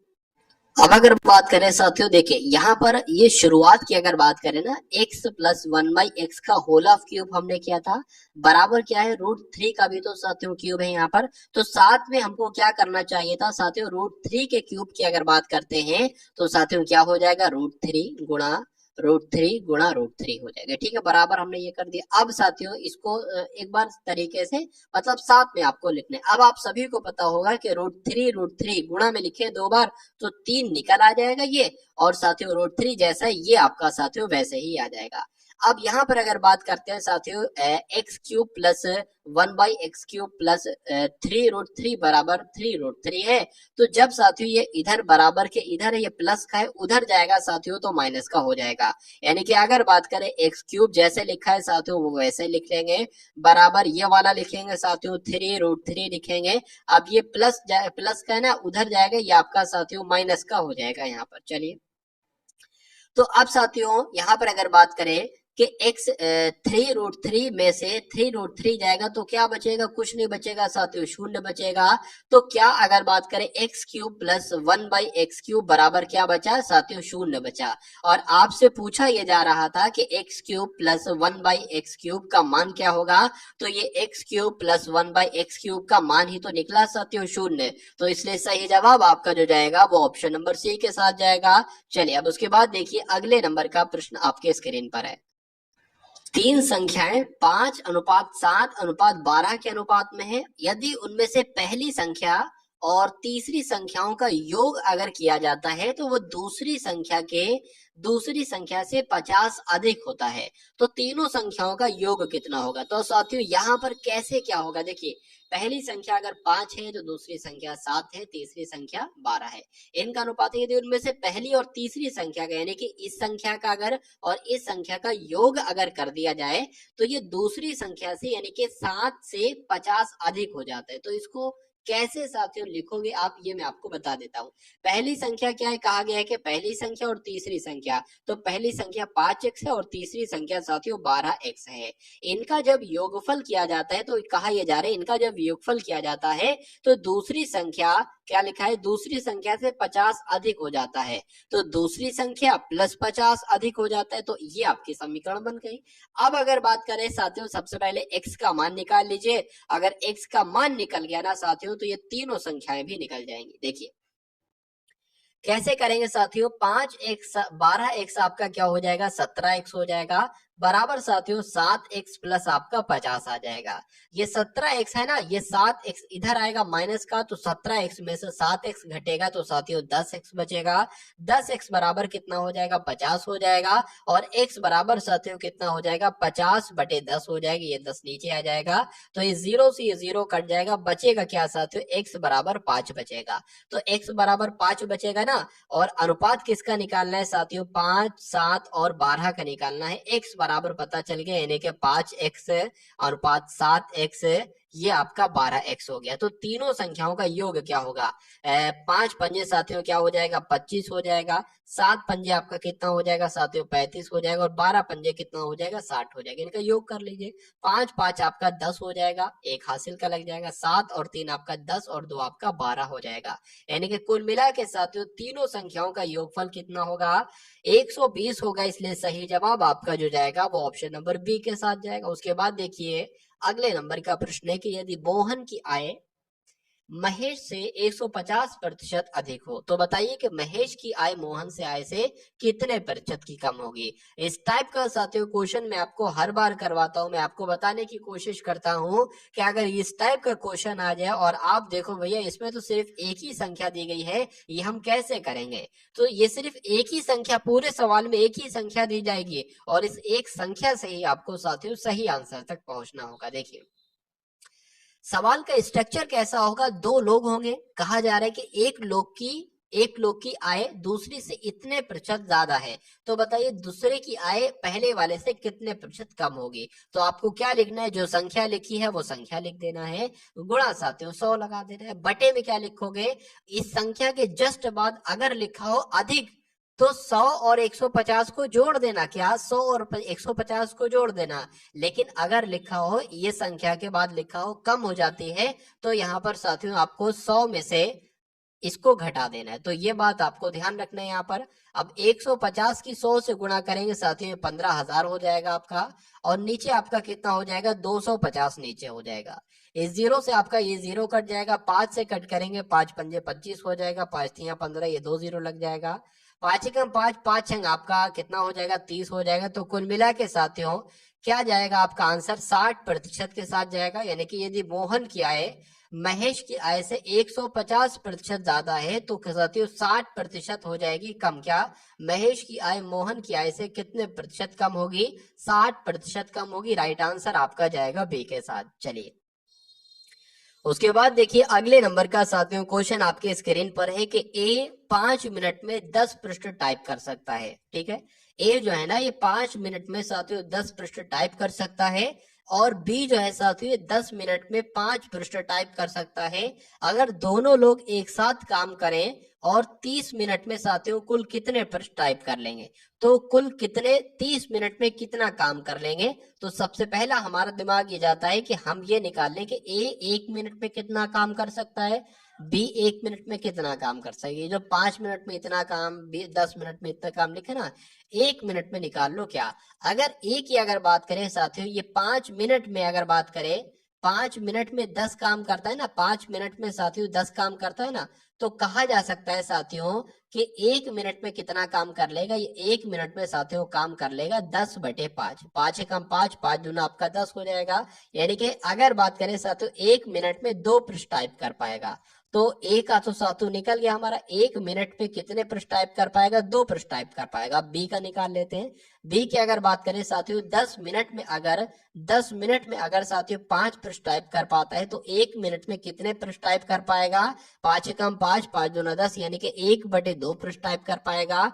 तो अगर साथियों बात यहाँ पर हमने की ए 1 मिनट में 2 पृष्ठ टाइप करता है, बी 1 मिनट में आधा पृष्ठ टाइप करता है, तो दोनों साथियों कितने पृष्ठ 30 मिनट में ये कितने पृष्ठ टाइप कर पाएंगे?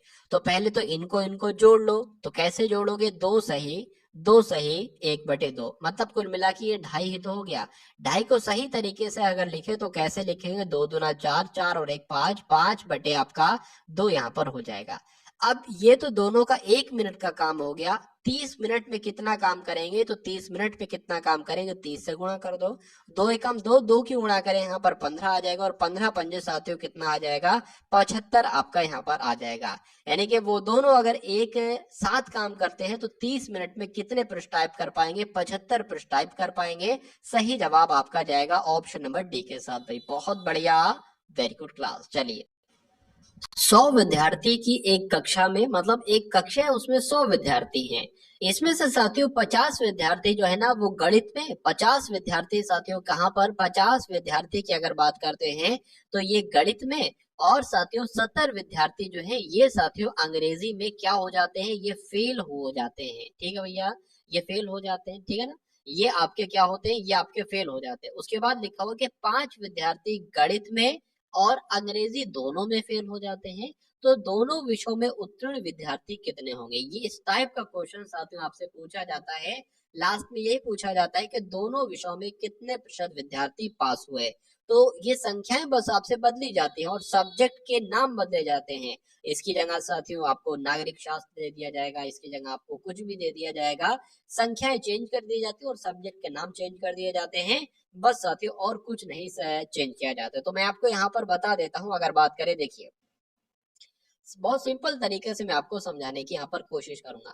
गणित में कितने प्रतिशत कितने फेल हो रहे थे छात्र, तो गणित में साथियों ये आपका फेल वाले हैं ना, फेल वाले लिखे हुए हैं, एक सेकेंड, ये साथियों फेल वाले नहीं, ये पास वाले लिखे हुए, यहाँ पर ये पास वाले लिखे हुए हैं कि 50 विद्यार्थी गणित में और 70 विद्यार्थी अंग्रेजी में पास होते हैं। तो हमें कौन से निकालना है? हमें साथियों फेल वाले निकालना है। तो गणित में जब 50 बच्चे पास होते हैं तो गणित में साथियों कितने फेल होते हैं? तो गणित में साथियों कितने फेल होते हैं? गणित में साथियों 50 फेल होते हैं।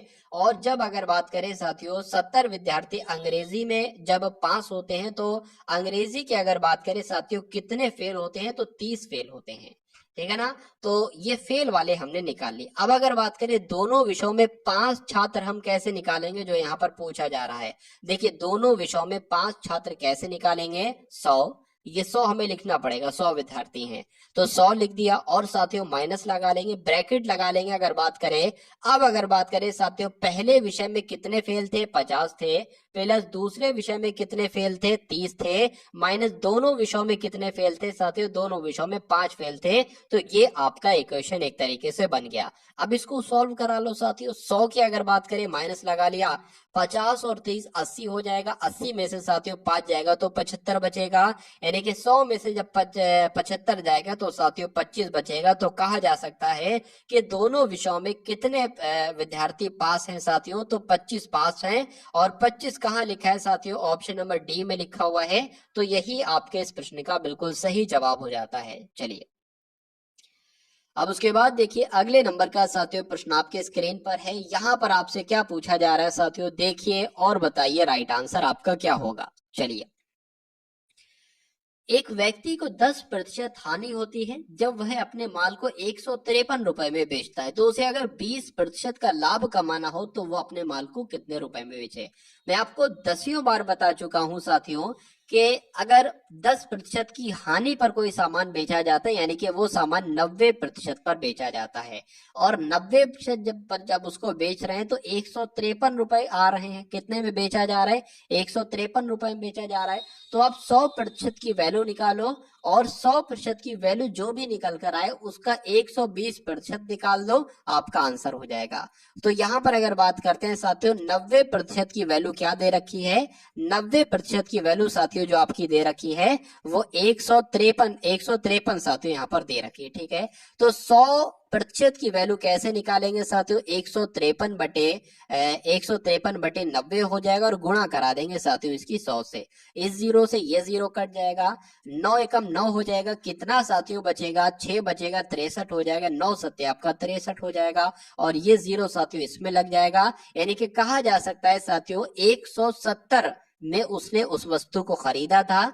तो अब उसको साथियों कितने की अगर 20% का लाभ लेना हो, यानी कि इसका 120% कितना हो जाएगा, ये हम लोग देख लेंगे। इस जीरो से ये जीरो, इस जीरो से ये जीरो, बस साथियों 12 की गुणा आपको कराना है 17 से। तो 12 की गुणा साथियों 7 दूना आपका 14 हो जाएगा, 7 एकम 7 और 1 8 हो जाएगा, यहाँ पर साथियों 12 आ जाएगा, 4 आ जाएगा साथियों यहाँ पर आपका 200, यानी कि 204 की अगर बात करें तो अगर 204 में व्यक्ति सामान को बेचता है तो उसको 20% का प्रॉफिट हो जाएगा, और चूंकि 153 में बेच रहा था तो उसको 10% की हानि हो रही थी।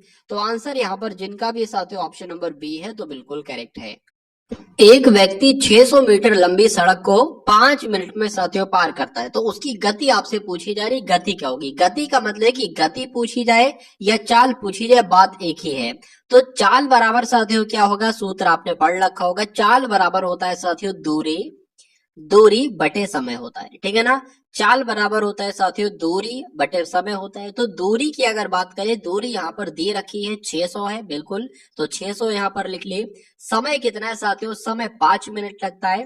तो यहाँ पर अगर बात करें, देखिए मीटर प्रति सेकंड में मामला होना चाहिए, लेकिन ये मीटर प्रति, ये तो मीटर है लेकिन ये सेकंड नहीं है, इसको सेकंड में बदलना होगा, ये मिनट में है साथियों। तो मीटर प्रति सेकंड सेकंड में बदलने के लिए क्या करना होगा, 5 मिनट की अगर बात करें साथियों, 1 मिनट में 60 सेकंड होते हैं, तो 5 मिनट में साथियों कितने हो जाएंगे, 60 सेकंड हो जाएंगे, ये आपका सेकंड आ जाएगा, यानी कि 5 मिनट में साथियों 6 पंजे 30, 6 पंजे 30 यानी 300 सेकंड हो जाएंगे। तो साथियों दूरी कितनी हो जाएगी, मीटर में 600 और सेकंड कितने हो जाएंगे, 300 सेकंड हो जाएंगे, ठीक है ना।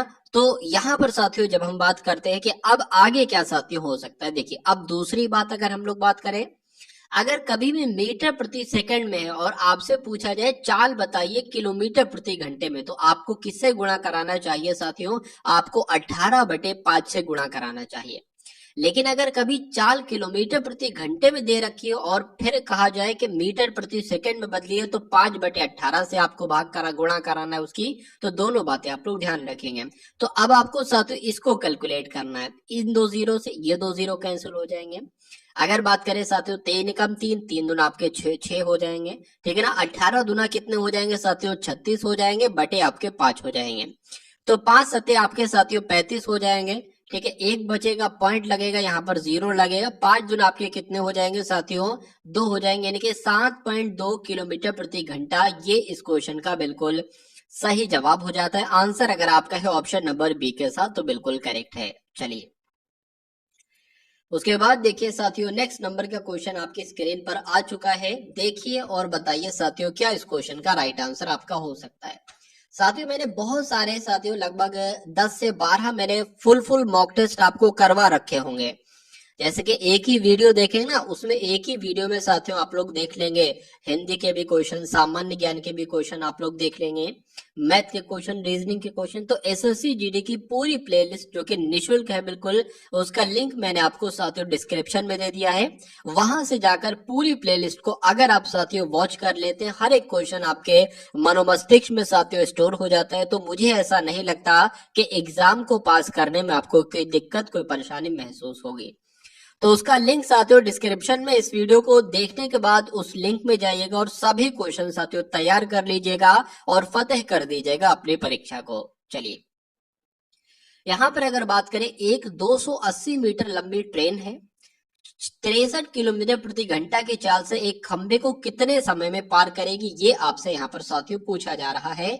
देखिए और बताइए साथियों क्या इस क्वेश्चन का राइट आंसर हो सकता है। देखिए यहाँ पर भी साथियों कितने समय में पार करेगी, तो समय आपसे पूछा जा रहा है, तो समय बराबर साथियों आप सभी को मालूम होना चाहिए क्या होता है साथियों, समय बराबर भी वही होता है, दूरी बटे चाल होता है, ठीक है भैया। तो दूरी बटे चाल हो जाएगी। दूरी की अगर बात करें तो 280 मीटर लंबी ट्रेन है, तो 280 मीटर क्या हो जाएगी साथियों, एक तरीके से आपकी दूरी हो जाएगी। बटे में अगर चाल की बात करेंगे तो चाल आपकी 63 किलोमीटर प्रति घंटा है। अब यहाँ पर तो सेकंड में बात की गई है, तो इसलिए चाल को हमें कैसे बदलना होगा, मैंने आपको बताया था साथियों मीटर प्रति सेकंड में चाल को बदलना होगा। तो 63 की अगर बात करें किलोमीटर प्रति घंटा है, तो इसको मीटर प्रति सेकंड में साथियों बदलने के लिए हम 5/18 से भाग कराएंगे। तो यहाँ पर साथियों जब हम भाग कराते हैं साथियों, तो आपका 3 छंग आपका 18 हो जाएगा, 3 दूना 6 और ये हो जाएगा, ठीक है ना। और अगर बात करें 3 दूना आपका 6 हो जाएगा, 3 सत्ते आपका 21 हो जाएंगे, 7 पंजे 35 बटे आपका 2 यहाँ पर हो जाएगा। तो कह सकते हैं साथियों 17.5 लगभग आपका हो जाएगा, 17.5 जो है ना साथियों, ये आपका यहाँ पर हो गया, ठीक है भैया। अब उसके बाद साथियों हम लोग क्या कर सकते हैं, साढ़े या कह सकते हैं 35/2 है ना, तो 35 यहाँ पर आ जाएगा, 2 साथियों आपका यहाँ पर आ जाएगा। अब अगर बात करें इसको कट कर लीजिए, 5 सत्ते आपका 35 हो जाएगा और 5 पंजे 25 हो जाएगा, 5 छंग आपका 30 हो जाएगा, 7 सत्ते 49, 7 अट्ठे आपका 56 हो जाएगा और 8 दूना आपका क्या हो जाएगा 16 हो जाएगा, यानी कि 16 सेकंड आपका राइट आंसर हो जाएगा। और जिनका आंसर यहाँ पर सी है तो बिल्कुल करेक्ट है, ठीक है ना। मैंने कैसे आपको समझाया, देखिए फिर से देखिए एक बार। चलिए 280 मीटर लंबी ट्रेन थी, तो इसको दूरी मान लेंगे, तो ये दूरी की जगह पर हमने लिख दिया था 280 मीटर। चाल क्या है, दूरी बटे चाल है ना, समय निकालना है, पूछा समय है, तो चाल क्या है साथियों 63 किलोमीटर प्रति घंटा है, तो इसको मीटर प्रति सेकंड में निकालना है, क्योंकि मीटर में ये भी है ना।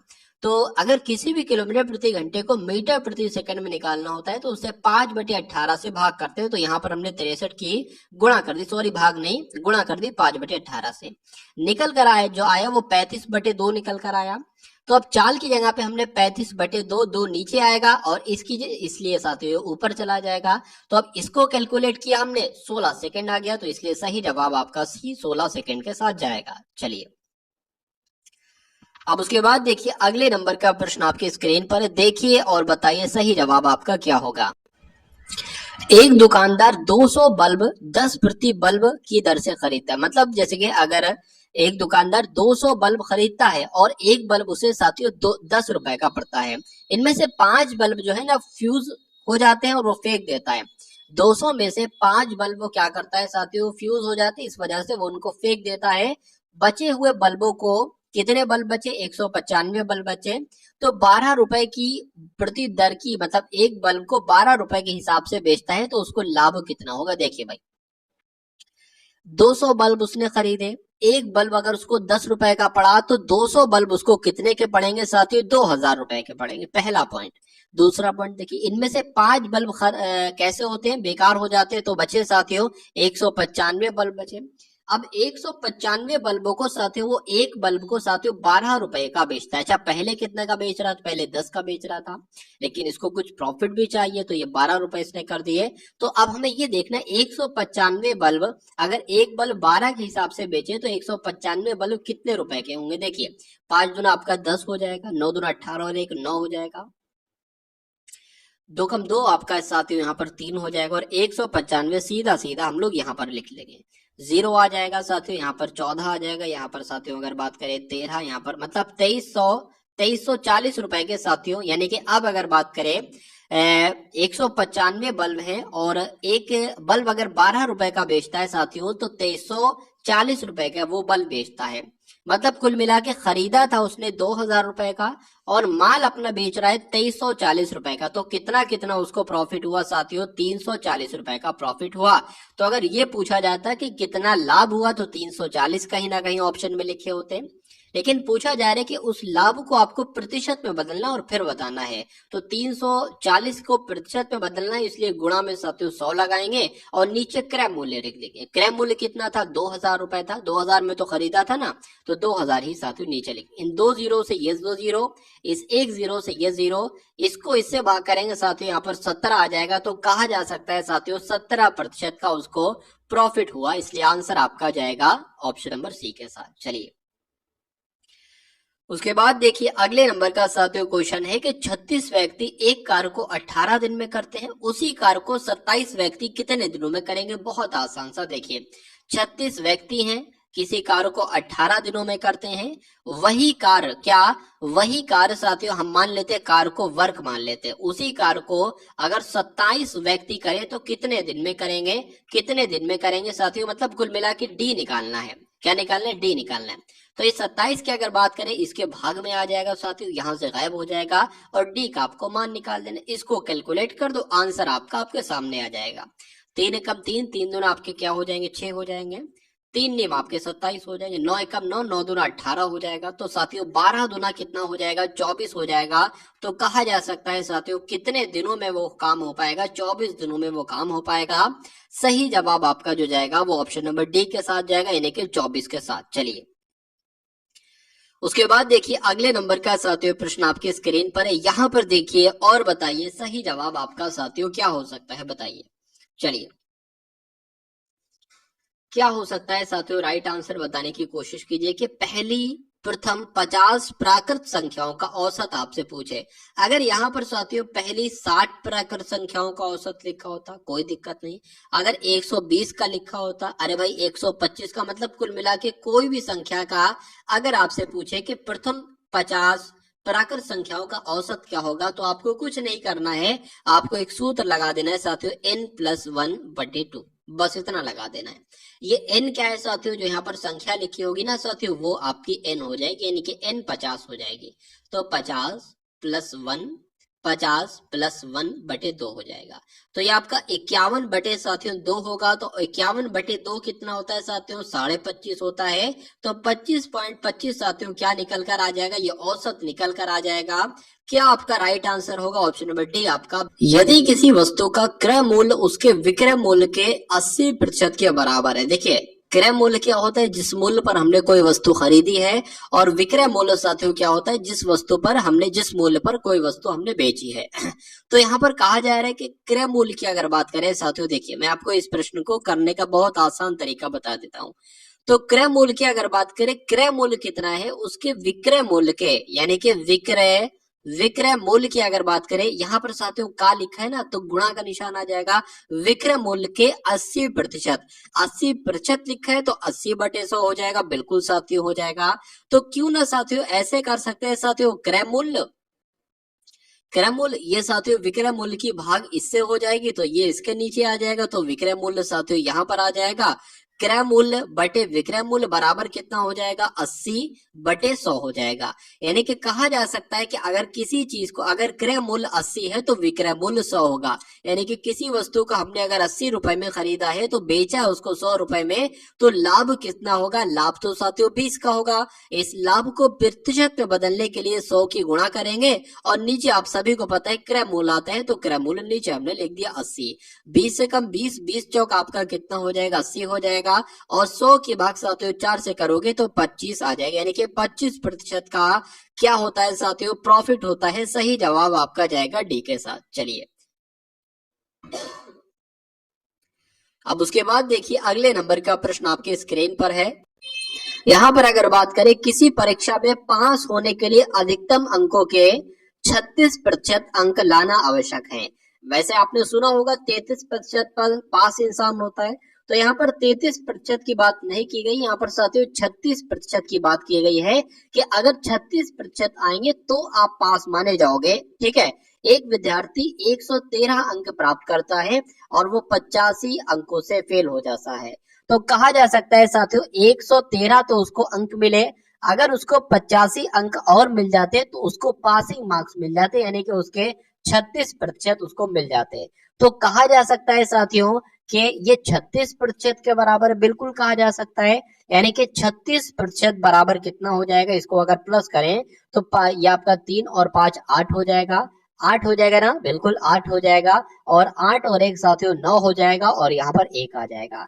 यानी कि जब 36% की वैल्यू 198 है तो 100% की वैल्यू साथियों क्या होगी? ये आपसे यहाँ पर पूछा जा रहा है। तो 100% की वैल्यू क्या हो जाएगी? 198/36 गुणा साथियों 100 से इसकी गुणा करा देंगे तो पता चल जाएगा परीक्षा के अधिकतम अंक कितने हैं। ठीक है। चलिए, तो यहाँ पर अगर बात करें साथियों, देखिए 6 तिया आपका 18 हो जाएगा और फिर 6 तिया 18 हो जाएगा और 6 तिया 36 हो जाएगा।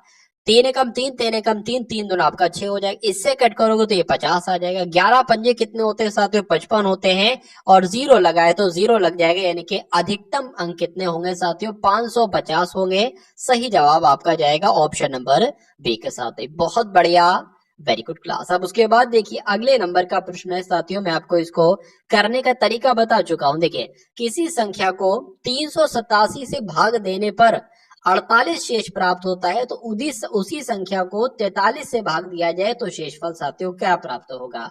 0, 3, 5 या 35। इस प्रकार का जब भी साथियों प्रश्न आपकी स्क्रीन पर आएगा, 3 संख्याएं आपको दी जाएंगी। ध्यान रखिए 3 संख्याएं।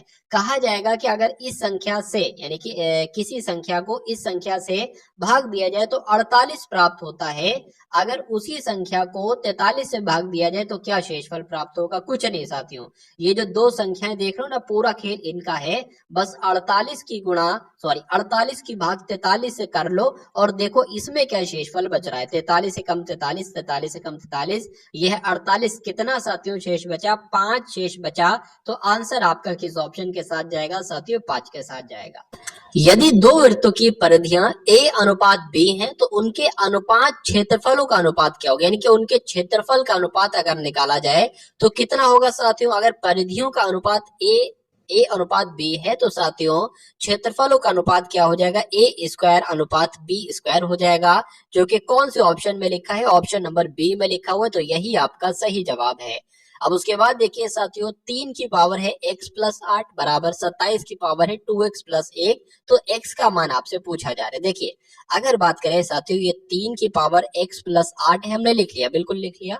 उसके बाद लिखा है 27। साथियों 27 को हम ऐसे भी तो लिख सकते हैं 27 की घात 3, 27 का क्यूब, क्योंकि 27 का क्यूब 3 का क्यूब भी तो लिख सकते हैं, बिल्कुल लिख सकते हैं, क्योंकि 3 का क्यूब साथियों 27 ही होता है। अब बाकी जो लिखा हुआ है साथियों वो हमने वैसे ही उतार दिया, बिल्कुल साथियों। उसके बाद देखिए साथियों अगर बात करें ये तीन सेम है तो इस 3 से ये 3 कट जाएगा भाग में अगर होंगे। अब बचा क्या साथियों x प्लस 8 बचा बराबर 3। अगर इसकी गुणा इससे करा दे 3 दूना 6 आपका हो जाएगा, तो 6x हो जाएगा प्लस 3 हो जाएगा। अब अगर बात करते हैं साथियों 6x में से ये x जब माइनस होगा साथियों, तो यहां पर अगर बात करते हैं कितना आपके सामने यहां पर बच जाएगा, चलिए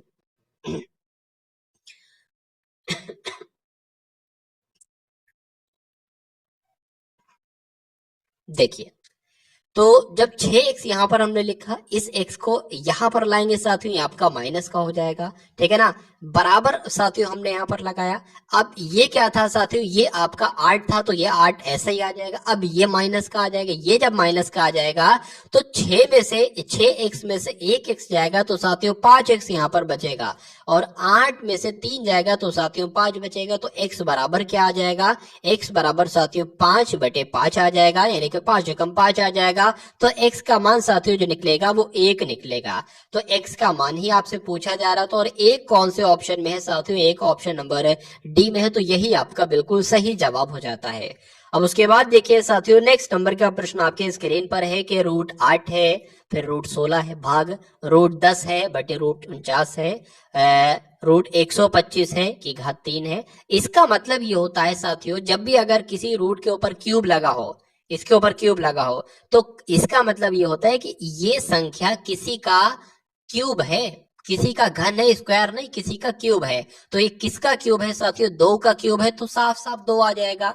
ये संख्या 4 का स्क्वायर है तो 4 निकल कर बाहर आ जाएगा। अगर बात करते हैं साथियों भाग हमने लिख लिया, ये 10 निकल कर यहाँ पर से बाहर आ जाएगा, और यहाँ पर से 7 का स्क्वायर है तो 7 निकल कर बाहर आ जाएगा। अब इसका मतलब क्या है, ये किसी संख्या का क्यूब है, तो 5 का साथियों ये क्यूब है, 5 लिख लिया। अब कभी भी अगर भाग का निशान लगाओ तो उसको आपको कैलकुलेट करने में दिक्कत होगी 100%। तो आप क्या करेंगे साथियों, इसको गुणा में बदल लेंगे, और जब इस भाग के निशान को गुणा में बदलेंगे तो एक बात ध्यान रखिएगा, 10/7 है, इसको 7/10 कर दोगे, यानी कि जो भी संख्या लिखी होगी ना उसकी उल्टा पलटी साथियों आप लोग कर दोगे। अब इसको कैलकुलेशन करने में बहुत आसानी आपको मिल जाएगी। 2 एकम 2, 2 पंजे 10 हो जाएगा, इस 5 से ये 5 कैंसिल हो जाएगा, बचेगा क्या साथियों, 7/4 बचेगा। तो 7/4 साथियों कौन से ऑप्शन में आपको नजर आ रहा है, 7/4 तो साथियों आपको ऑप्शन नंबर कौन से ऑप्शन नजर आ रहा है, बिल्कुल नहीं, मुझे तो यहाँ पर साथियों कहीं नहीं साथियों नजर आ रहा है। अगर हम साथियों इसकी बात करें, ये क्या लिखा है, ये लिखा हुआ है साथियों 1 सही 3/4, 1 सही 3/4 लिखा हुआ है। तो इसको भी तो हम ऐसे ही बदलाव कर सकते हैं, बिल्कुल कर सकते हैं। 4 एकम ये 7 है ना, 4 की भाग करना है तो 4 एकम 4 हो जाएगा, बचा क्या, ये 7 है, बचे क्या 3 बचेगा, तो 1 सही 1/3 साथियों ये आ गया, और 1 सही 1/3 तो यही लिखा हुआ था। तो ए नहीं आंसर होगा साथियों, बी आपका आंसर होगा, ठीक है। तो जिनका आंसर यहाँ पर बी है तो बिल्कुल करेक्ट है। चलिए अगर साथियों यहाँ